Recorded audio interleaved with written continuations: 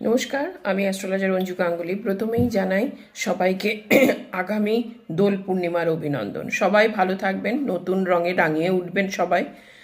কালকের দিনটা যেহেতু আগেই অনেক ভিডিওতে আমি বলেছি, কালকের দিনটা মোটামুটি দেখা যাচ্ছে যে খুব একটা শুভ নয়। সুতরাং এই ক্ষেত্রে এই গ্রহণ যখন আরম্ভ হবে সেইখানে কিছু সতর্কতা আমি আপনাদের জন্য বলবো। প্রথম কথা হচ্ছে, গ্রহণ শুরু হবে 3:20 নাগাদ শুরু হবে, সুতরাং কিন্তু সূতককাল 9 ঘন্টা আগে থেকেই শুরু হয়ে যাবে। সুতরাং সেই সময় অর্থাৎ 3:20 থেকে 7টা 7:45 পর্যন্ত আমাদের যে গ্রহণটা চলবে, সেই সময় কি করণীয় সেটা নিয়ে আমি আজকে বলবো।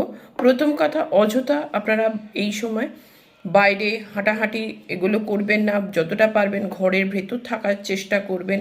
গ্রহণের সময় যদি সম্ভব হয় খাবার না খাবার চেষ্টা করবেন। সেই সময়টায় খাবার না খেয়ে তার আগে যতটা যদি পারেন তো সেই সময় খাবার আগে খেয়ে নেবেন।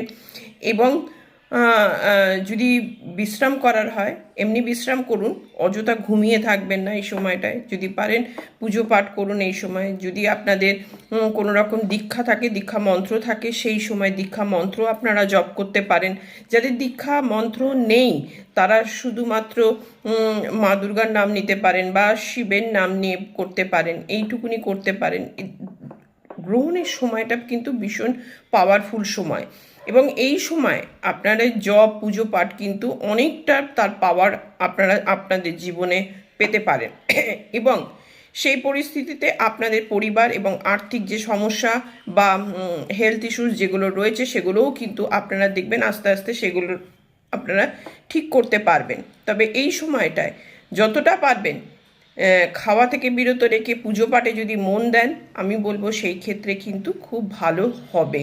আর যারা গর্ভবতীরা রয়েছেন, যাদের সন্তান আসছে, সুতরাং তারা কিন্তু বিশেষ সতর্কতা অবলম্বন করবেন। কারণ এই সময় তারা কোনো রকম খাবার খাবেন না, অযথা ঘুমিয়ে থাকবেন না, ঘরের ভেতর থাকবেন। একেবারেই গ্রহণ দর্শন আপনারা করবেন না। এছাড়া নানান রকমের যেমন সূচ দিয়ে সেলাই করা বা নানান রকমের ছুরি কাঁচি ব্যবহার করা, এইগুলো থেকে আপনারা এই সময় বিরত রাখবেন। সাবধানে থাকবেন। ভয়ের কোনো কিছুই নেই, ভয় দেখানোর জন্য কিন্তু নয়, নিজেদের সাবধানতাই নিজেরা অবলম্বন করবেন। সবাই ভালো থাকুন, সুস্থ থাকুন, এবং কালকের দিনটি আপনারা সবাই আনন্দে কাটুন। আপনাদের জীবন নানান রঙের রাঙিয়ে উঠুন।